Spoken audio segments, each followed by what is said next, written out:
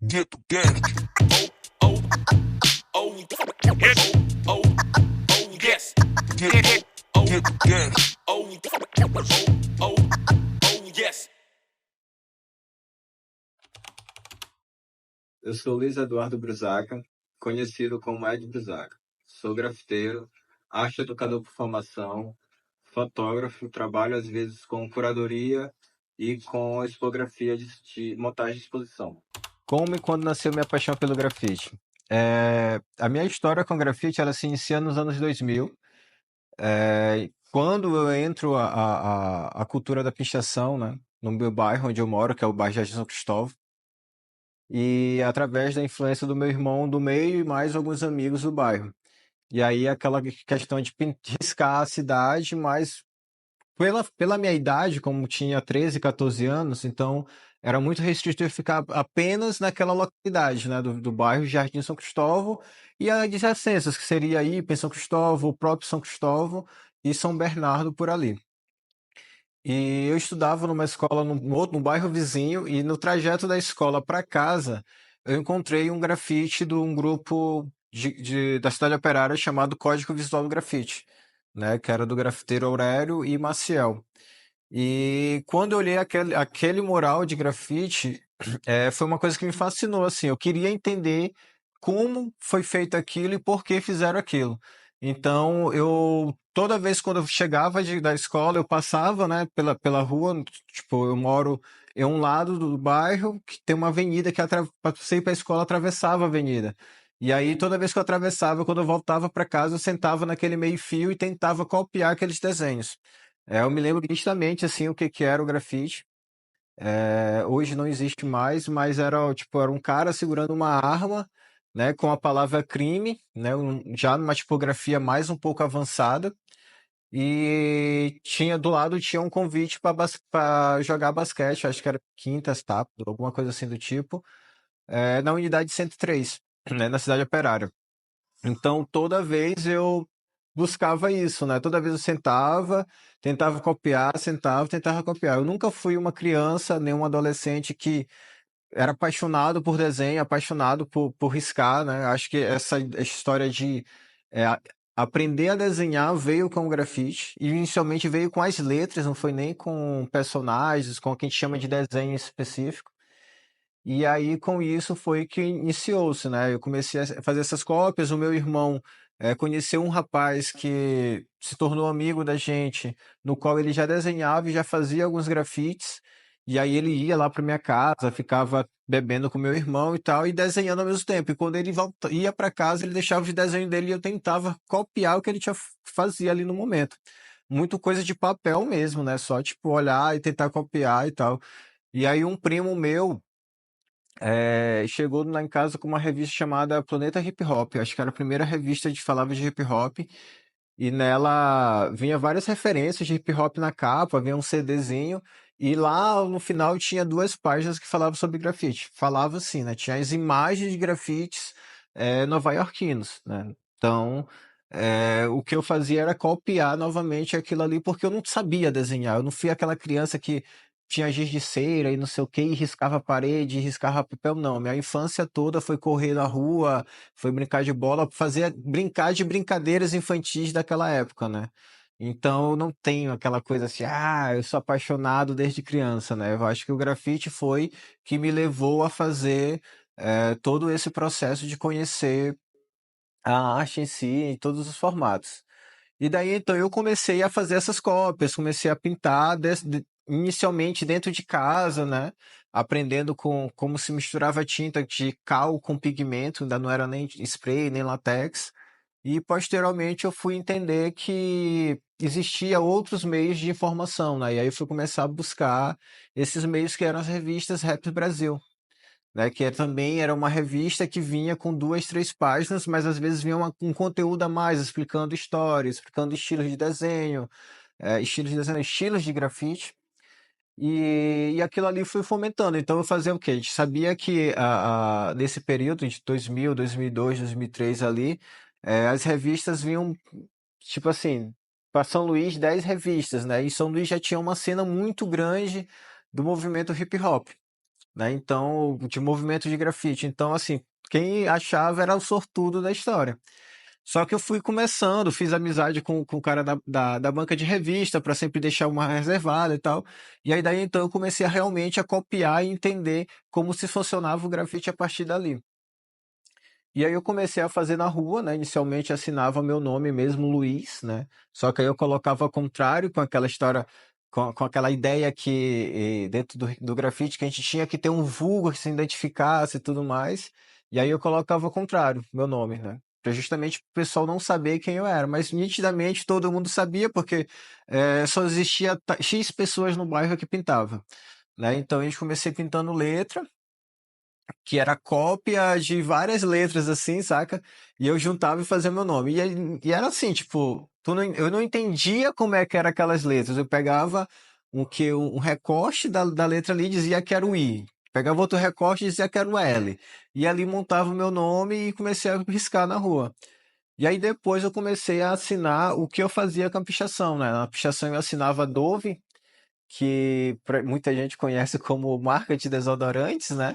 Mas o Dove, quando eu procurei no dicionário italiano e ele falava que era siga em frente, né? Então eu busquei essa ideia de sempre seguir em frente. Se eu não falha a memória, era isso. E aí eu comecei a voltar a assinar Dove, que era o nome que eu assinava na pichação. E aí fui aprendendo de outras formas, estudando essas cópias fez com que eu evoluísse mais nos estudos, aprendesse como característica de um, característica de outro, e fui levando isso, sei lá, acho que até uns 5 anos pintando, mas sempre pegando essas cópias de um e de outro e fazendo o meu, né? Foi muito tardio eu pintar assim com spray. Quando eu comecei a pintar com spray, eu já era dois sprays só, um preto e um branco, sempre com aquela ideia de contorno e brilho, contorno e brilho, contorno e brilho. E muito tímido também, porque eu fiquei 5 anos ou mais de 5 anos só pintando no meu bairro. Então, tipo, eu não tinha dinheiro para comprar tinta, então eu sempre era, tentava fazer algum trabalho junto com esse meu amigo, e aí o que sobrava dali a gente fazia alguma coisa pro grafite, né? Então, é, a paixão ainda acho que nem começou ali. Acho que era como eu era muito novo, era tipo assim, era uma válvula de escape para mim entender, sair daquele mundo de ficar preso só em casa estudando e tudo mais e conhecer outras coisas. Então acho que a paixão ela vai realmente surgir em 2009, né? Quando eu faço uma viagem para Brasília e lá eu vejo as minhas referências que eu olhava na revista, a galera que eu copiava, né? Na revista e a pessoa trocando ideia comigo. E ali realmente falei assim na minha mente, assim, pô, isso aqui é realmente o que eu quero. Então já foi, tipo, muito, muito, muito tempo depois. Só que nesse período de 2000 e 2009, teve um evento muito importante, dois eventos, para falar a verdade. Um que foi em 2008, que foi quando eu comecei a ensinar grafite, né? Eu fiz era para ter feito um curso de grafite no Centro de Cultura Negra. Só que quando eu cheguei para fazer o curso, já não estava mais na etapa de grafite, era já pintura em tela e aerografia. E aí logo depois, quando terminou o curso, eu comecei a ministrar aula dentro do Centro de Cultura Negra de grafite. E aí eu trouxe toda aquela gama de materiais que eu já tinha administrado, pego em revista, ideias, conversa, na época era Fotolog, MSN com a galera, então é tipo assim, uma coisa bem, bem distante, né? E aí eu peguei toda aquele conhecimento que os moleques tinham, né? E coloquei para eu poder ensinar. E aí eu fui ensinando grafite de uma forma mais leve, mais comunicativa, mais fácil de o pessoal aprender. E aí esse foi o primeiro ponto, né? Tipo assim, que foi a mudança de tudo. E aí, dentro dessa mudança, foi que realmente bateu, né? Tipo, dali 2008, com a oficina de grafite sem cultura negra, e depois, lá em novembro, com o Encontro Maranhense de Hip Hop, né? Que aí eu fico à frente do setor de grafite junto com o grafiteiro Pablo, que assina a OVNI. Tá? A gente ficou à frente de construir o festival da parte do grafite, né? Então, assim, foi dois pontos, assim, bem cruciais dentro da minha vida do grafite, assim, para início de tudo, assim, para tipo, pô, isso aqui é o que mantém, isso aqui é o que eu vou para frente, saca? Quais foram as minhas principais referências? É, referência tem um monte, assim, né? Então, assim, é difícil dizer principais, mas eu vou citar. Eu acho que o Marcelo, né, que foi o rapaz que morava lá no bairro, que deixava os seus desenhos, né, e a gente andou junto, foi o primeiro cara que chegou para mim e disse, aí, bora fazer um grupo de grafite, né, eu sempre falo que ele foi uma pessoa muito importante na minha vida dentro desse eixo, né, infelizmente ele não tá mais com a gente. Depois vem essa influência da galera das antigas mesmo, né, Maciel e Aurélio, por conta daquele grafite que eles fizeram, que eu não conhecia eles, e depois aquilo apareceu na minha vida, né, e aquilo ali foi forte também. E aí eu vou ter muitas referências a nível nacionais, né, tipo Deves, que é de Curitiba, Bonga de São Paulo, Choque de São Paulo, o Grafes de São Paulo. É muita gente de São Paulo devido às revistas, né? As revistas mostravam muito isso, então aquilo ali foi o inicial. Mas hoje eu tenho os meus amigos como referências também, né? Tipo, a galera que pinta comigo, não só aqui em São Luís, mas como fora do estado também.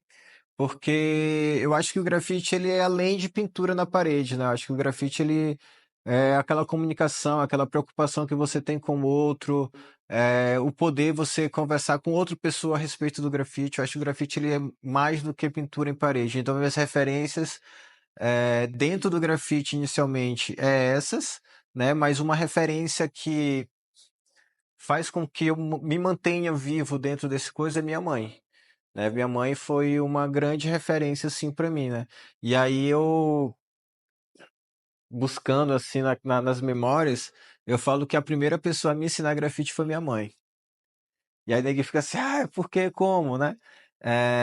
Antigamente a gente fazia capa de trabalho à mão, né? A gente desenhava a letra lá, trabalho de ciências.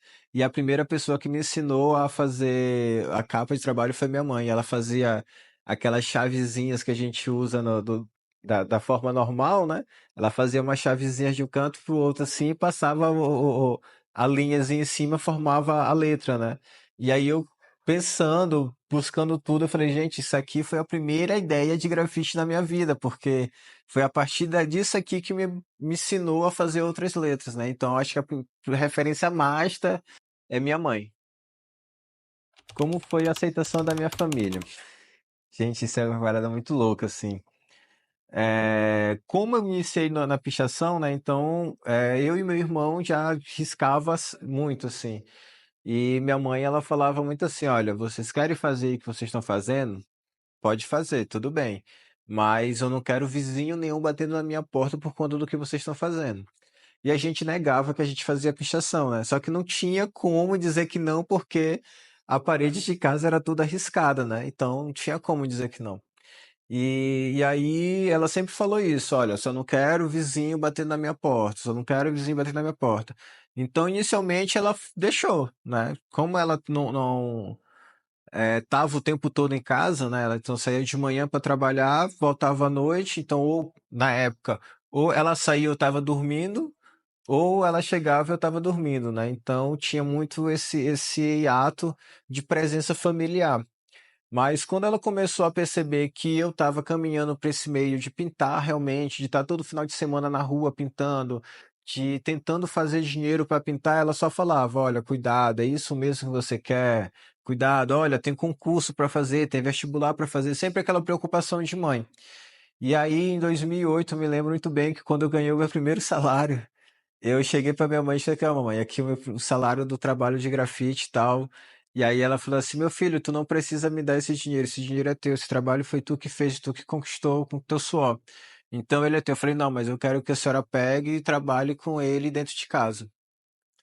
E então ali já foi mudando as coisas, né? Então, ao passar dos anos, a mãe foi percebendo que realmente eu escolheria e queria aquilo, mas sempre lá no fundo, olha, tem concurso não sei de quê, tem concurso não sei de quê, tu não vai fazer.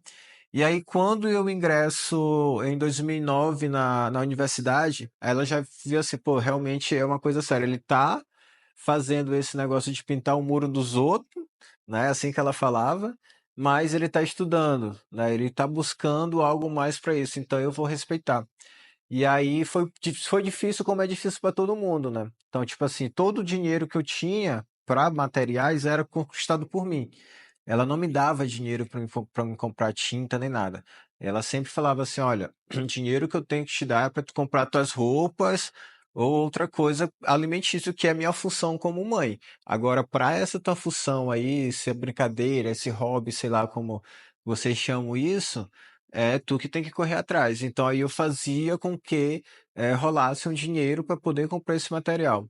E aí eu acho que para ela onde ficou mais marcado assim, mas já foi depois de 10 anos que eu já pintava mais, que ela foi numa exposição minha.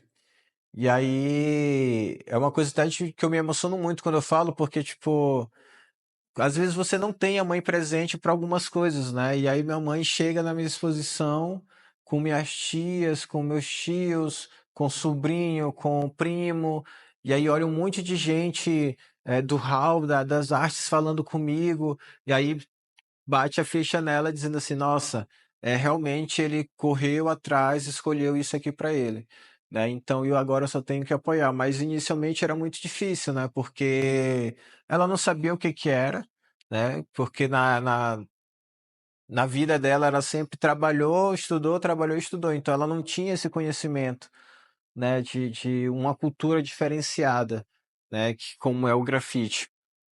Então foi difícil, né? Como qualquer pessoa. Então, sempre é batendo de frente, né? Batendo de frente, mas também mostrando que eu não estava indo para um caminho julgamente errado, né? Eu estava buscando um caminho que seria muito importante para minha vida. Então, eu acho que teve aquela. Sempre tem aqueles enfrentamentos, mas foi um pouco sossegado, assim, um pouco de boa também, né? Sempre tipo assim, é isso que tu quer? Então vai e faz. Agora não traga problema para mim. Como minha arte se desenvolve nas ruas, né?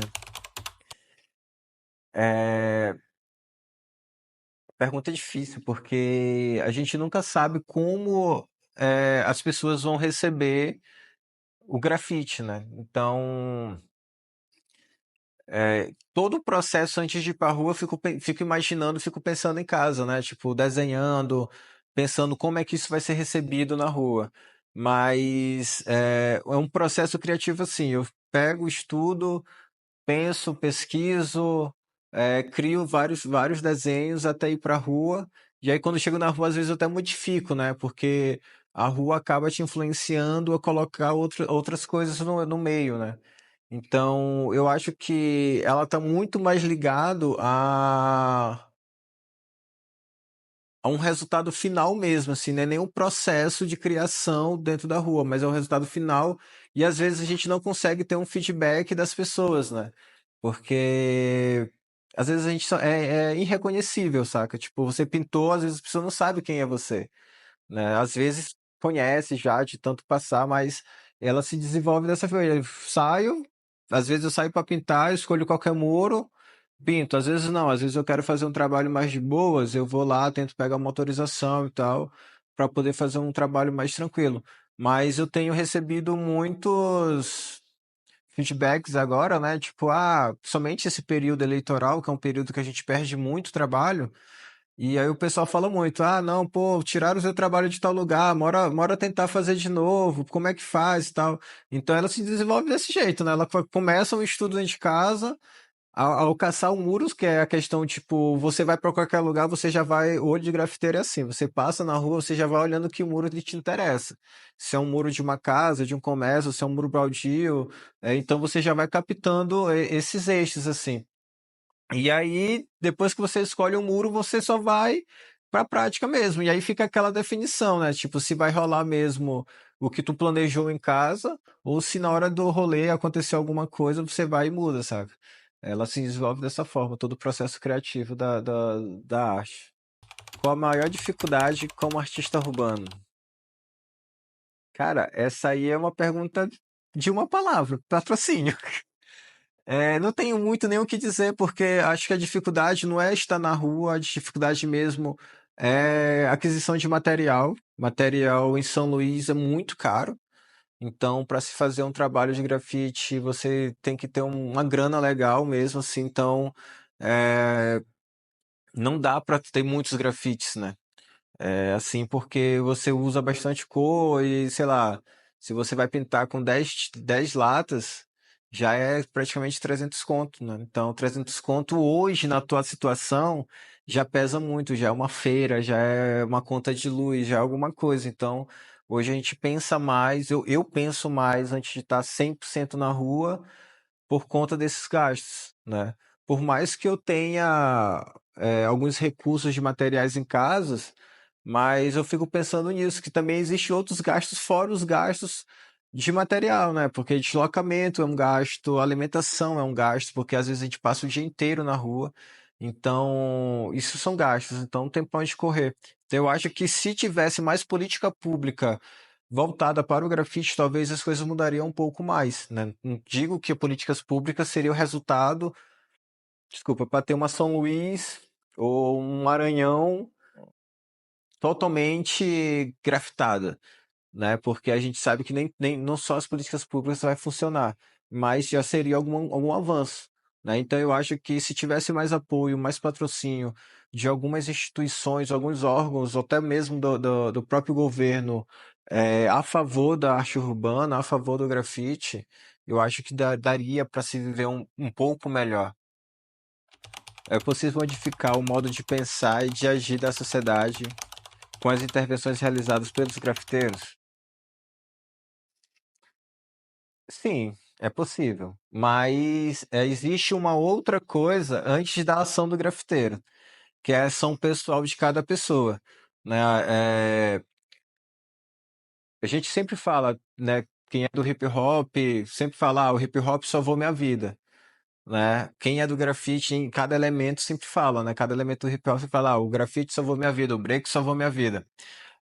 Mas só o salvou porque a gente se permitiu a conhecer, a entender aquilo, né? Porque se você não se permite a vivenciar aquilo que está acontecendo, seja lá se é um grafite, se é o break, se é o MC, se é o DJ, ou a cultura popular maranhense em todo, se você não se permitir, você não vai ter outros olhos.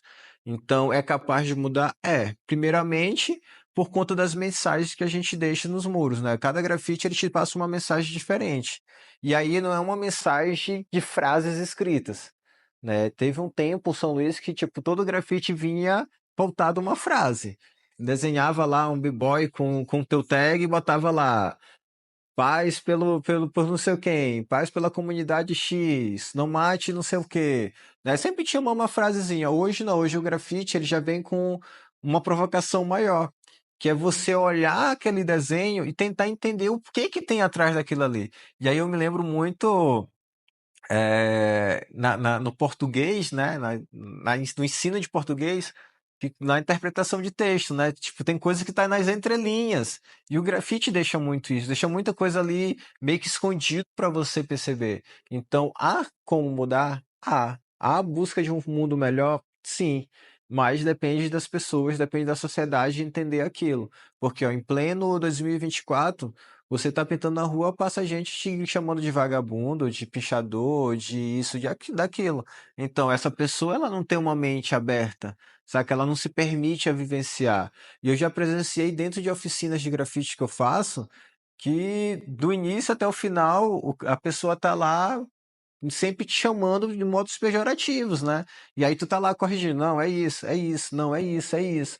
E a pessoa sai da oficina com o mesmo pensamento. Pintou, achou legal usar spray e tudo mais, ou usar latex, mas a mente dele ficou presa naquele pensamento antigo, preconceituoso, que não vai mudar, né? Então, assim, primeiro que a gente tem que fazer essa educação de si próprio, né? Não só das pessoas que são praticantes do grafite, mas da própria sociedade. Ela tem que se permitir a se educar com outras culturas, né? E aí eu vou fazer um parênteses assim bem grande, que quando a gente fala de cultura, no Maranhão, quando a gente fala de cultura, a galera só pensa em Bumba Boi, Tomba de Crioulo e Cacuriá. Morreu, não existe mais cultura aí para algumas pessoas. E aí a gente vai ter, pô, a cultura do reggae, a cultura dos blocos tradicionais, a cultura do hip hop em seus quatro elementos, né? Vai ter a cultura da galera que empina pipa, o papagaio, eu não sei quem conhece como as pessoas conhecem. Então, assim, existe em diversas culturas, né? E às vezes as pessoas só consegue enxergar três. E aí tipo, aquela questão, a educação vai fazer com que você entenda o que que é, o que que não é aquilo. E aí, a partir do se permitir, né? Se você se permite, tudo flui.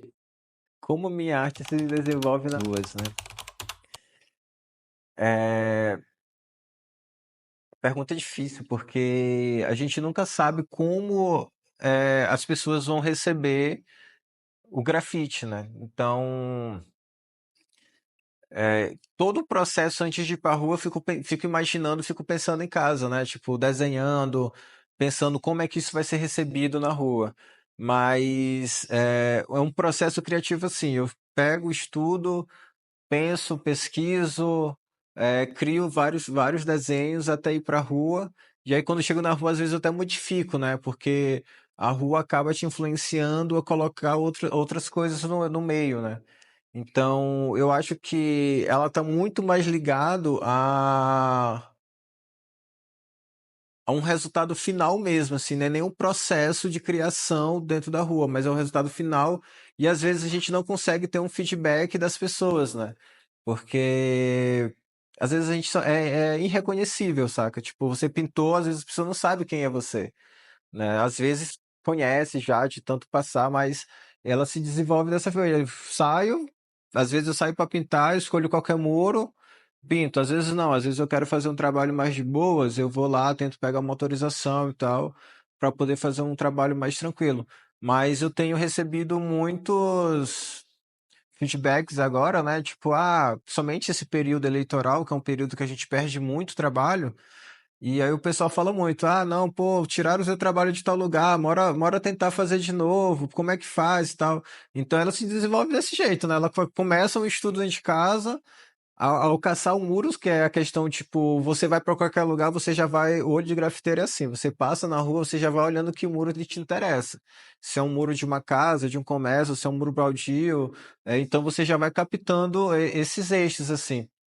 E aí, depois que você escolhe o muro, você só vai para a prática mesmo. E aí fica aquela definição, né? Tipo, se vai rolar mesmo o que tu planejou em casa, ou se na hora do rolê acontecer alguma coisa, você vai e muda, sabe? Ela se desenvolve dessa forma, todo o processo criativo da arte. Qual a maior dificuldade como artista urbano?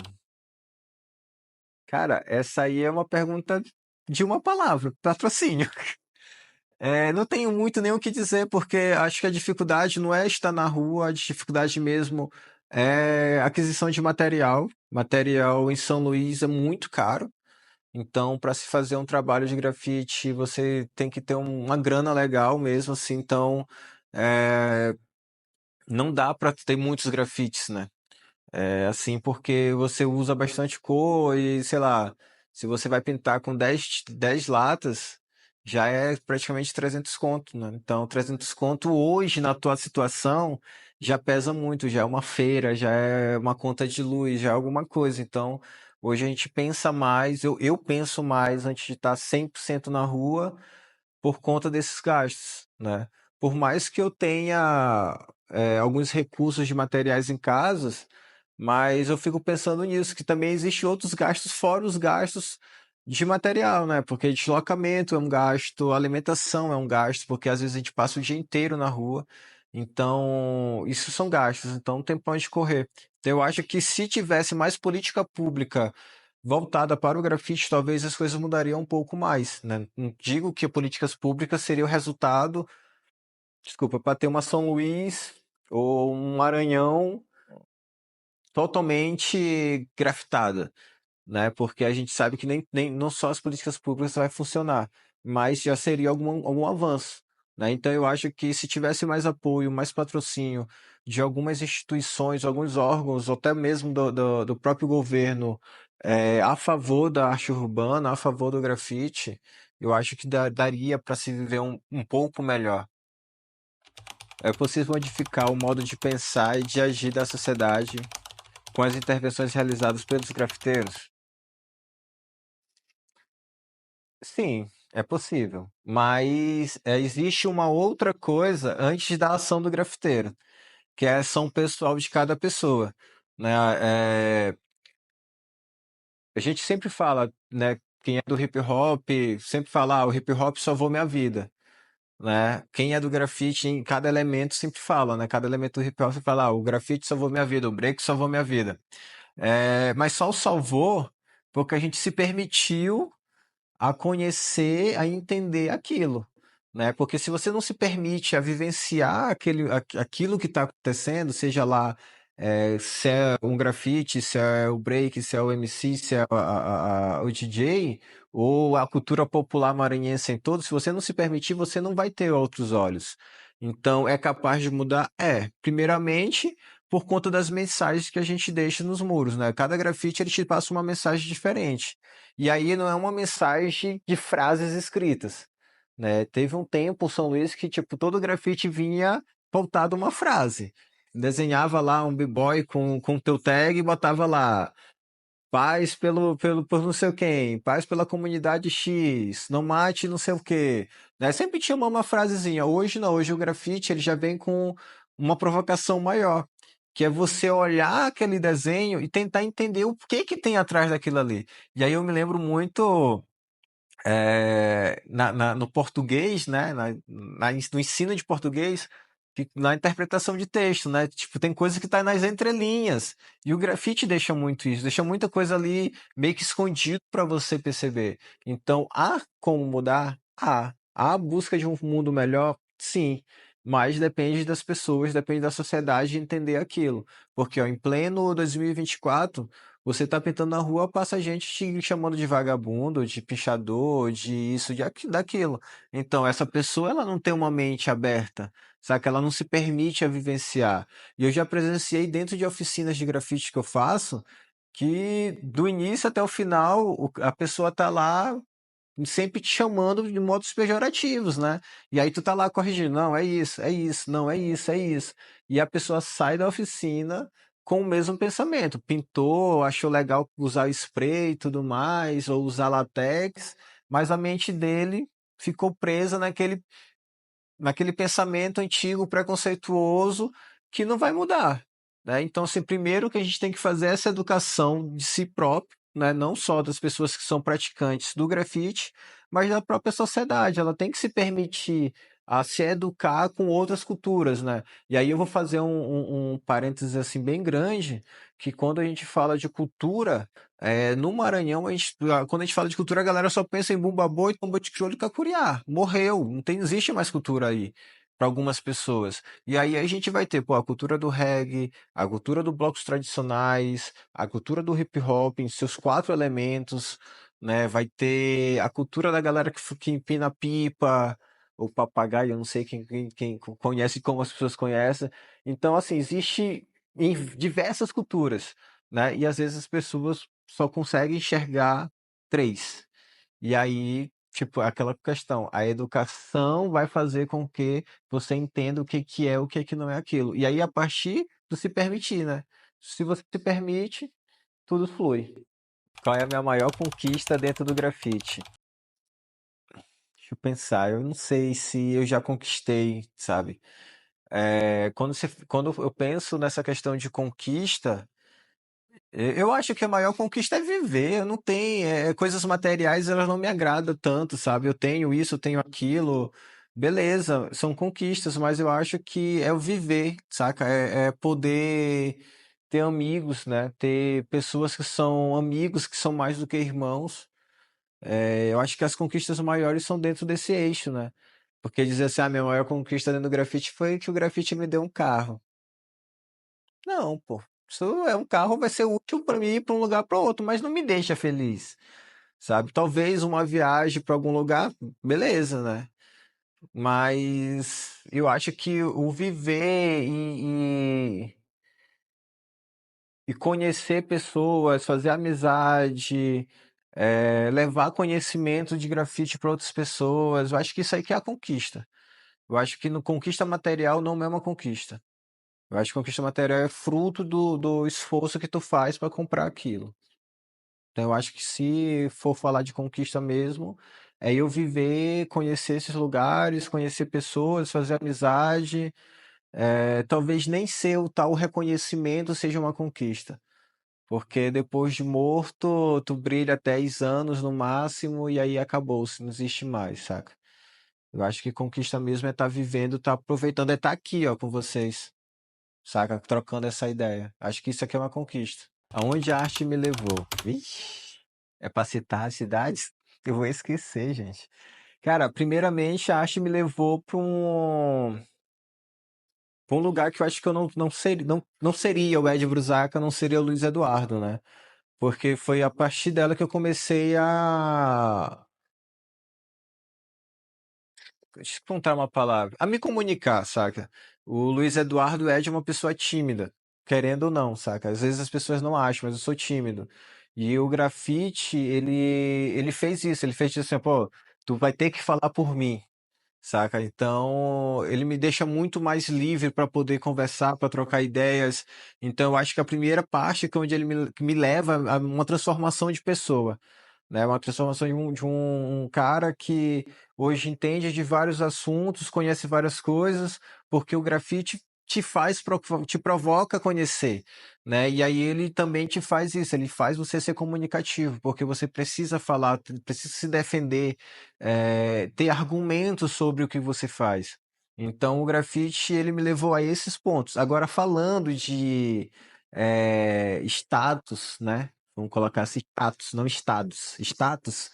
O grafite já me levou para várias cidades, para vários encontros de grafites que eu nunca imaginei ir, nunca pensei em pisar em Curitiba quando menor, quando adolescente, quando aquela fase adulta. E aí o grafite foi e me levou, primeira vez, passar frio no sul, de fazer praticamente hoje eu já conheço praticamente todo o Brasil, né? Faltam alguns estados, mas a gente está em meta, né? Então sobre essas viagens, o grafite me levou a vários lugares, né? Eu posso citar estados, mas acho que eu vou esquecer de alguns.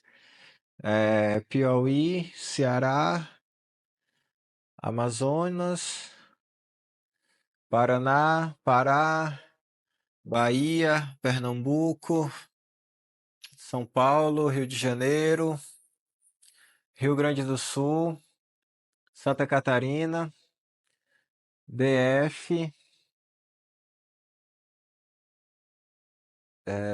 já falei Rio Grande do Norte, Paraíba. Enfim, deve faltar algum, mas não vou me lembrar agora.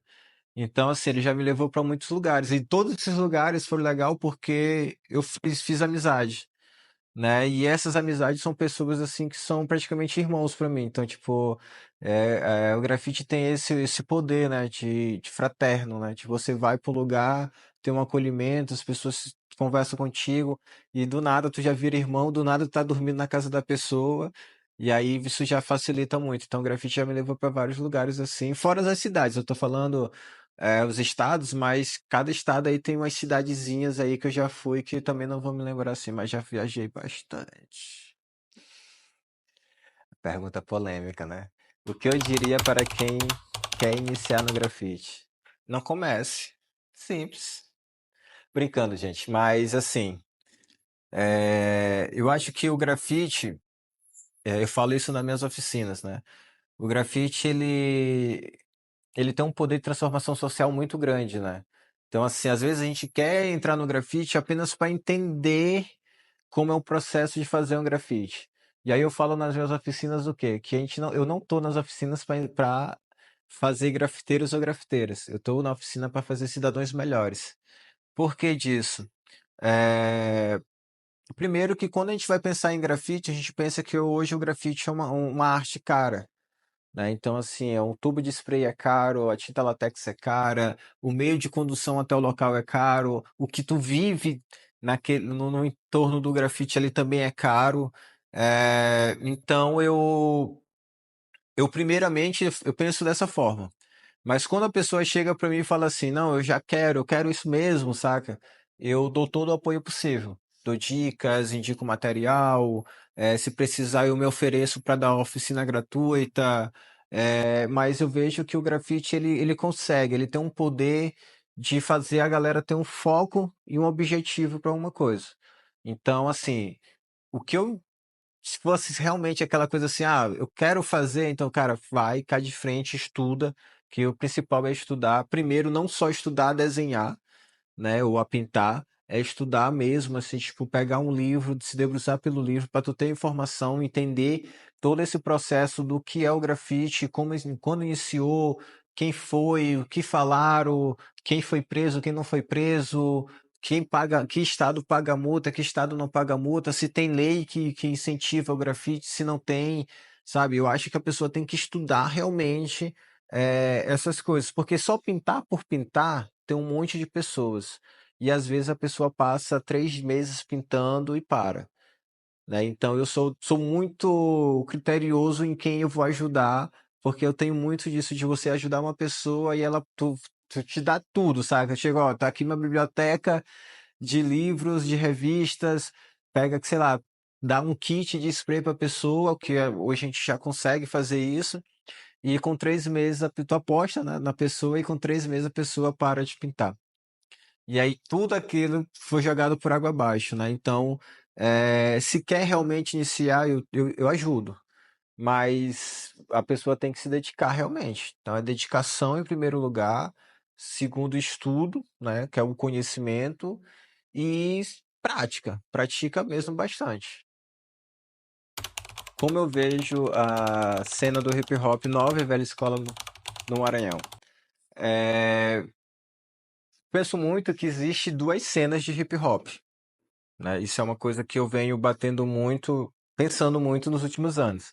A cena que é movimento social hip hop, vou colocar dessa forma. Por que social? Que é aquela galera que realmente carrega o movimento como ação social, como transformação social, e existe o movimento hip hop cultural. Por que cultural? Porque são aquela galera que só faz a sua música, só faz a sua dança, só faz a sua pintura, só discotecagem e pronto. Então existe dois eixos, né? É, um nega o outro? Não. Mas poderia ser um pouco mais flexível um com o outro, né? Tipo, a nova escola, essa era mais cultural, ela deveria beber um pouco na fonte da velha escola. E a velha escola deveria também beber um pouco na fonte da nova escola. O porquê eu falo isso?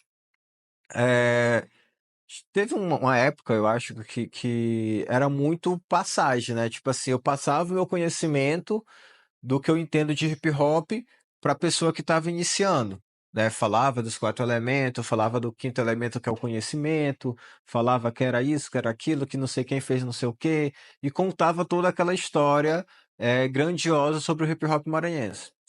Hoje, a gente não tem isso. Por a gente não ter esses diálogos, a gente tem pessoas que só cantam e terminou o seu show, vai-se embora para sua casa, para o seu bar, faz o que ele quer bem da vida. Existem pessoas que só pintam por pintar, jogou tinta na parede e não vai em ação nenhuma, em projeto nenhum. E existe aquelas pessoas que só dançam, dançou ali, batalhou ali, acabou, se ele ganhou ou perdeu, ele vai-se embora. E existe aquela pessoa que só vai lá discotecar, ganhar seu dinheirinho e ir embora também, né? E a gente que tem assim um pouco mais de conhecimento, que alguns dizem que a gente é velha escola, né? Mas eu ainda não acho isso ainda. é, A gente fica ali para apreciar, né? A gente vive aquele negócio, né? A gente tem aquela história de viver o hip hop, não ser só passageiro do hip hop. Então eu acho que tem essa diferença. Então, qual seria o certo? Que para muita gente não é uma fórmula, né? Mas eu penso que o certo seria um apoiar o outro, né? A nova escola apoiar a velha escola apoiar a nova escola. E o que eu vejo não é isso, né? O que eu vejo são as pessoas não apoiando um ou outro elemento. Então, tipo, o grafite não apoia os MCs cantando, sabe? A não ser que seja um show nacional de um cara ou um grupo que ele goste, né? Ou o break que não fortalece com o pessoal do grafite, às vezes também não fortalece com o pessoal da dança, e vice-versa. Todos os elementos não se conversam, essa que é a história. E isso acaba sendo enfraquecendo a cena. Porque quando a gente vai buscar políticas públicas, a gente precisa dos 4 ou dos 5, né? Eu podia fazer assim, né? Mas enfim, dos 5 elementos. E, e aí a gente não tem, saca? a famosa união. A gente não tem. Por quê? Porque praticamente um não se conversa com o outro. E eu não falo de conversar no sentido de, eu vou chegar aqui, eu vou citar uma pessoa, eu não converso com macaxeira, saca? Não, eu falo de não conversar no sentido de, eu não vou lá apreciar uma roda de break, eu não vou lá apreciar uma roda de rima, saca? Eu vou lá apreciar um grafite, entendeu? Nem que seja por um instante ali e tudo mais. Mas eu acho que falta essa conversa, esse diálogo entre os quatro elementos. Então a cena, ela tá assim, ó. Vai para um lado, vai para o outro, vai para um lado, vai para o outro. E muito individualista em cada elemento. Então falta essa conexão entre os elementos. E falando da nova cena e da velha cena do grafite, eu não vou citar muito velho assim, porque eu não vivi, né? Tipo assim, a galera old school mesmo, assim, eu não vivi essa época, então eu só conheço de falas, de narrativas de um e outro que eu converso. Mas falando da minha cena dos anos 2000, a cena atual, eu acho que a gente teve um período muito grande no grafite maranhense que tinha muito grafite na cidade, tinha muita produção, sabe? Tinha muito grafites, tinha muita conexão, tinha muitos eventos de grafites. Hoje, a nova escola parece que fica esperando essa escola mediana fazer algum evento para poder ir colar. Ou é, só pinta quando é um festival que vai dar patrocínio, vai dar dinheiro, né? Ou pinta ali seu bombe do jeito que qualquer jeito deixou e não conversa um com o outro, ou não cola em outro nos pequenos eventos que tem. Então eu acho que a cena ela também continua, a cena do grafite ela também continua nessa falta de diálogo, nessa falta de conexão entre os mais velhos, os medianos e os mais novos. E às vezes, eu vou falar agora por mim, né? Tipo assim, a minha pessoa, se às vezes as pessoas dizem assim, eu não falo com o Ed porque o Ed é difícil acesso. Não é. Eu sou cara fechada mesmo na rua, sou. Vou ficar sorrindo para todo mundo. Mas se tu chegar para perguntar assim, Ed, como é que é isso, como é que é aquilo, eu vou ter o prazer de dizer, olha, é assim, é assado, se constrói assim, se constrói assim. Porque eu acho que essas conexões é que vai fazer outros grafiteiros, né? Eu citei até recentemente, que tipo assim, eu vou me aposentar e essa aqui é a nova escola que tá aí para fomentar todo o grafite, né? Então, assim, imagina todo mundo parando, sabe? Todos os grafiteiros que são velha escola e escola mediana parando e ficando nova escola. Como seria a cena? E aí tem sempre quando dou entrevista, assim, eu converso com alguém e diz, tu imagina o grafite daqui a 10 anos. Cara, eu não consigo imaginar nem eu daqui a 10 anos. Imagina um grafite. Justamente porque eu não sei como a cena ela tá nessa onda de sobe e desce, a gente não sabe como vai ser o futuro do movimento. Então a gente fica naquela pensando se a gente vai viver 100 anos pintando, né, para manter tudo que a gente construiu, ou se quem está chegando agora vai segurar essa peteca e dizer assim, não, a partir de agora eu vou construir o que fulano começou aqui, né? Então, eu acho que falta essas conexões entre as escolas para poder ter mais, saca? E surgir mais pessoas, renovação, saca? Sempre renovação. E a gente se atualizar, né? Porque eu acho que isso é importante. Tipo, a galera que já tá com seus 20, 30 anos de carreira por aí ou mais, se atualizar, né? Surgiu isso aqui, pô, beleza, bora acompanhar. Olha, fulano de tal que começou agora, viajou, veio para um evento que trouxe uma informação X, bora ver o que que é aí, sabe? Se adaptando, se atualizando, para que isso flua com mais, por mais, a gente tá com o quê? 40 anos de hip hop maranhense? Por mais 40, mais 50, mais 100 anos de hip hop. Não deixar morrer, sabe? Get the game. Oh, oh, yes. Oh, yes. Get the game. Oh,